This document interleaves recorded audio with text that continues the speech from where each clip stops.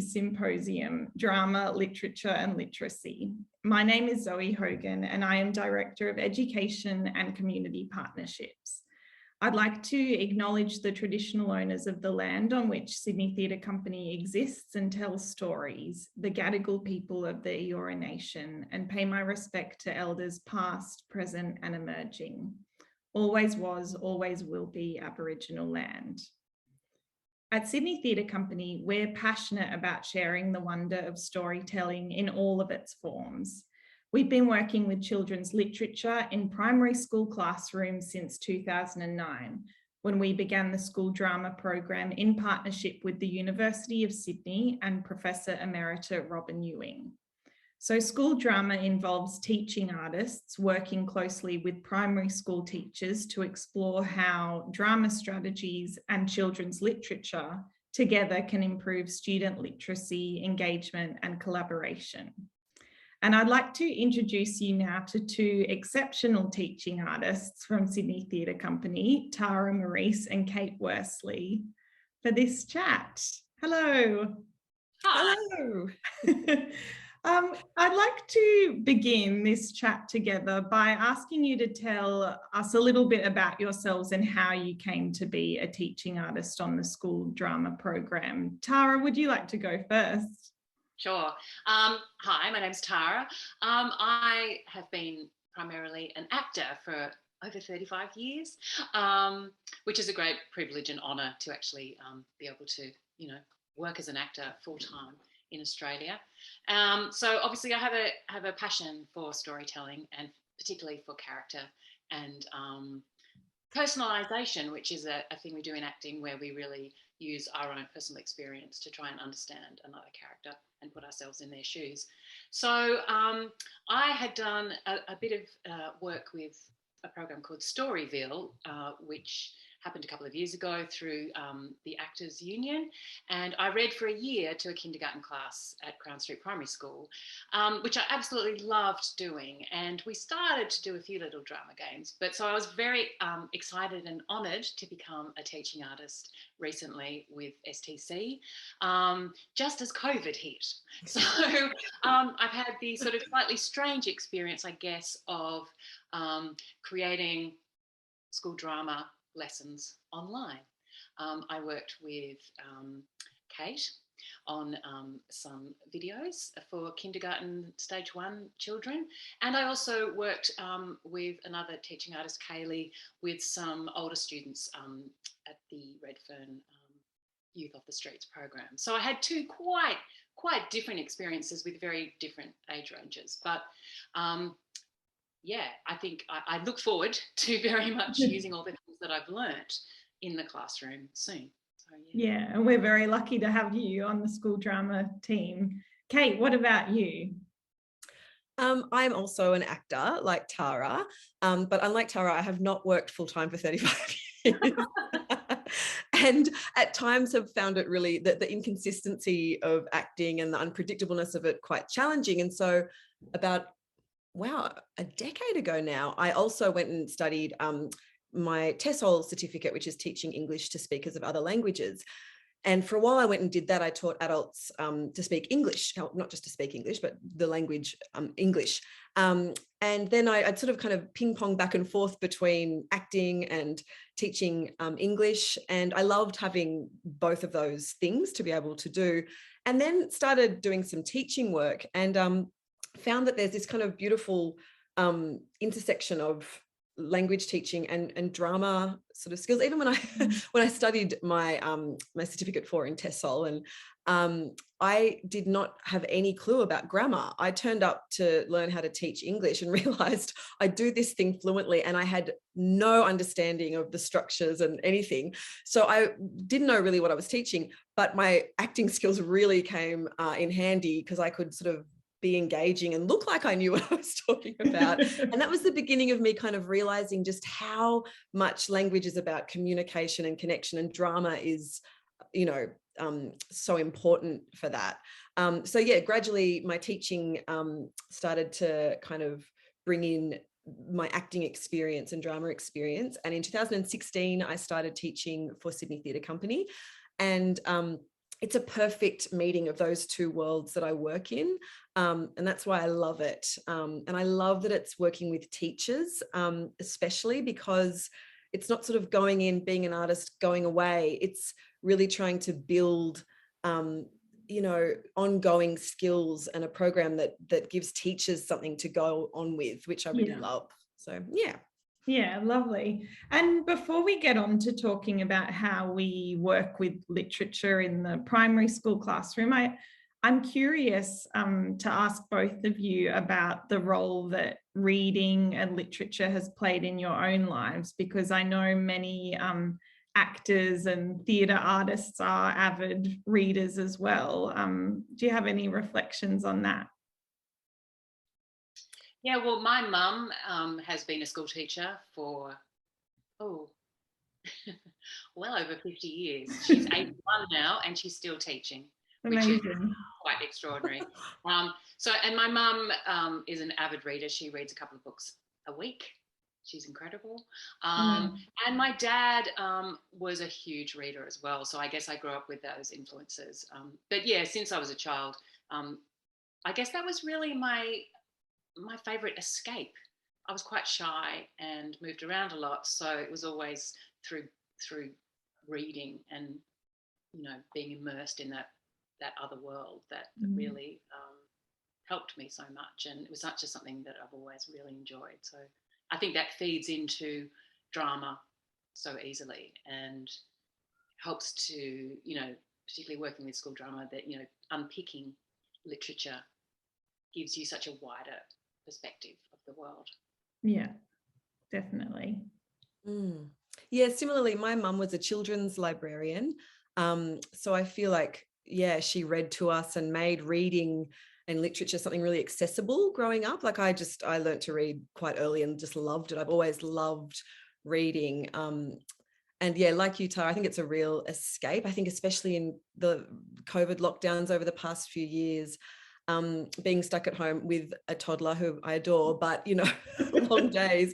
And sometimes that book at night was just such a welcome escape somewhere else. And all the things that we talk about with school drama as well, empathy, knowledge, compassion. Like I feel like it's just been reading and books have been very empowering in different ways, like through knowledge and experiencing, you know, the world in different ways. Yeah. And for anyone listening who isn't familiar with how school drama works, we would typically work with one or two children's books over the course of a term. So we read a little section of the text and then use drama to dive into the world of the story and the characters and their choices and their context at that moment. And then we'll read another little section of the text and dive in again using drama. So it can take 7 weeks to read one text because we're so deeply in the story. I'm wondering, Tara and Kate, if you have anything to add about how drama can help us explore and understand literature, or, you know, written words on a page even. Yeah, I think that the great thing about drama is that, you know, there's no right or wrong, and that if you can make that really clear from the beginning, that it's, you know, all these different interpretations and understandings are all valid. And I think for some kids who maybe feel a bit shy or worried about their reading skills, that by using these drama games, it's a way to physicalize what we're talking about.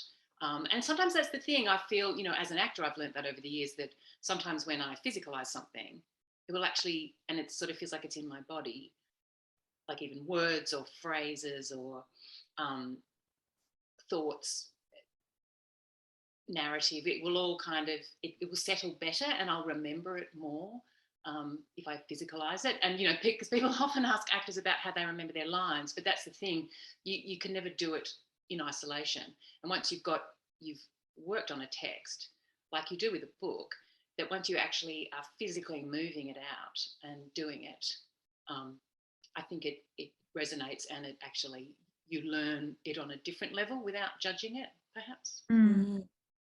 Yeah, I think that's really true. And so many of the strategies that we use in school drama are physical, and they're about yeah, experiencing language through your body. And even I was thinking about sculpting, even though you're sort of using language, it's still a physical thing when you're telling somebody else how to move to show a word. It's really, yeah, about kind of using our bodies to learn, which is also just really engaging. Like I think it's even before you sort of get to literacy, it's just it engages students in a way that I think sometimes more traditional ways of teaching and learning don't always include all or engage all the students in the classroom. I'm working with a group at the moment, and I think with the effects of COVID, it's been I've noticed just that there are things that I would usually do with this year level, I haven't been able to do as quickly or as easily. And I've been talking to the teacher, and it's like these kids have had a really disjointed start to their schooling. They've been having so much time in lockdown. So there were a few kids that just were not engaged for the first couple of weeks of our drama sessions. And then in 1 week, suddenly they just joined the circle and they did say their names. And then suddenly one of them was being a flower in a vase, and like such a small sort of thing, but amazing to see. I think the ritual of drama each week and the sense of fun, even though it can be confronting, it really does draw students in, even if it takes a while, and engages them in a really different way. Yeah. Yeah. I think that's actually across the board this year, going back to delivering school drama in the classroom. I feel like teachers have always talked about, the impact on student literacy and those kinds of things, but more and more, I think the feedback that we're getting is that this is coming at a really useful time after that lockdown period and remote learning, where a lot of students need to learn how to come together in a classroom again and share ideas and build on ideas. So it's kind of brought a kind of interesting perspective to what we've been doing for quite a long time.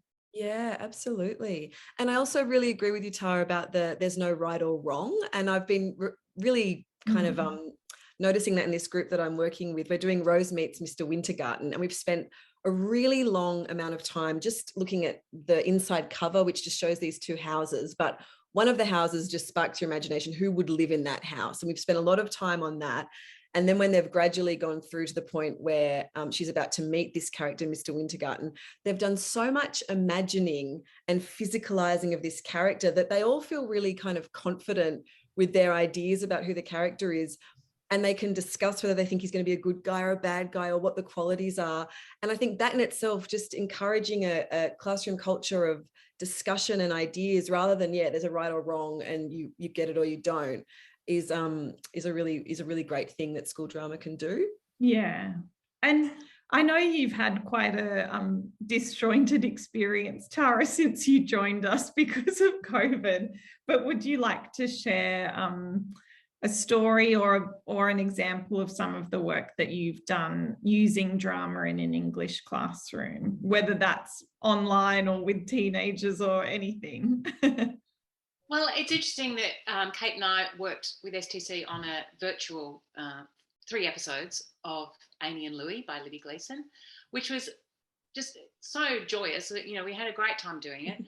And it was a really interesting way, I guess, for us to kind of, by us having to perform the strategies ourselves, without, trying to teach to the children. I think, that was probably a slightly different way in.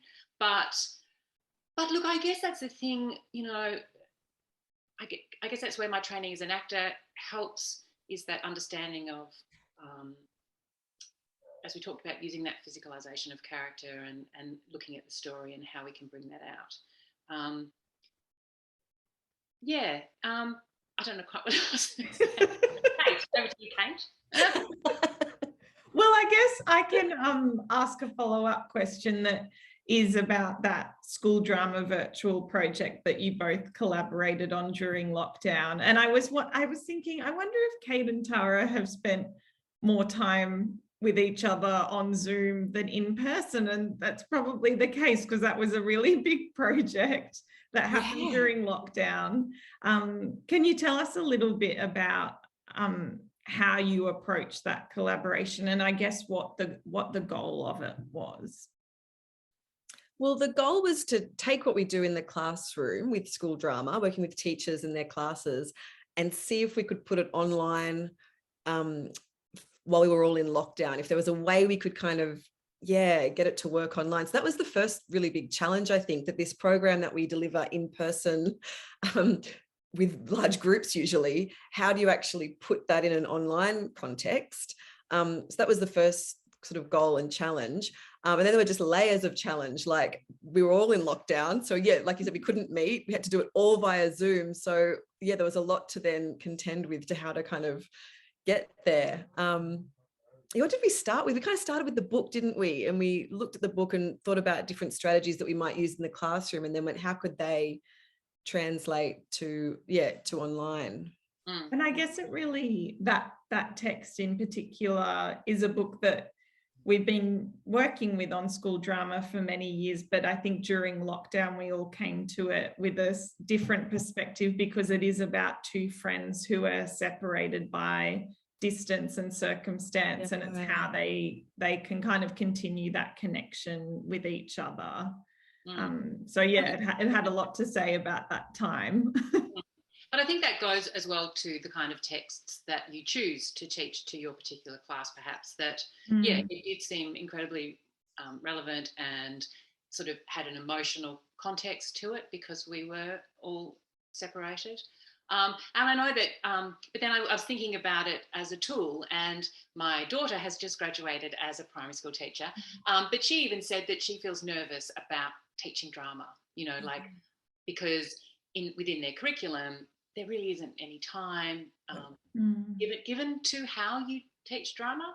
And so I think this is a really nice, it's simple and it's clear, and some of the few strategies that we do in the video, are easy to pick up on, I think. And perhaps for teachers, it's a good way to go, okay, if I'm taking the class, these are some simple drama games that we could perhaps play.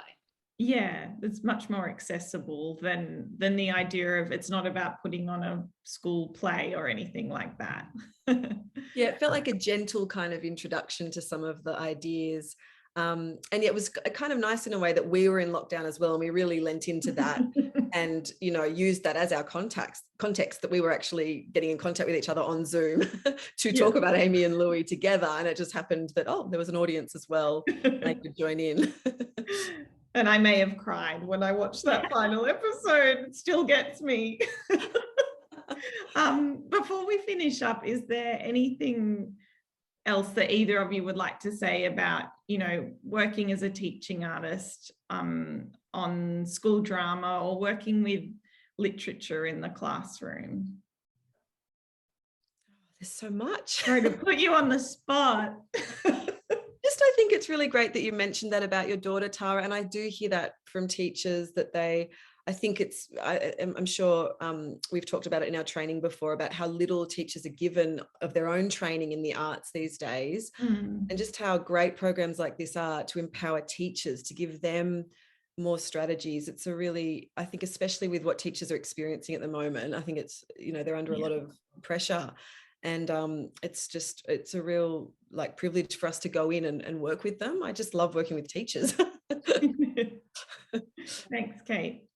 And I think it's about, hopefully for the children, expanding their vision of storytelling as well, because I think the thing, I used to get a bit disappointed when I worked with the kindergarten class a few years ago, whenever I'd say, tell me, who's your favourite character or, story, and it'd always be Frozen or Spider-Man.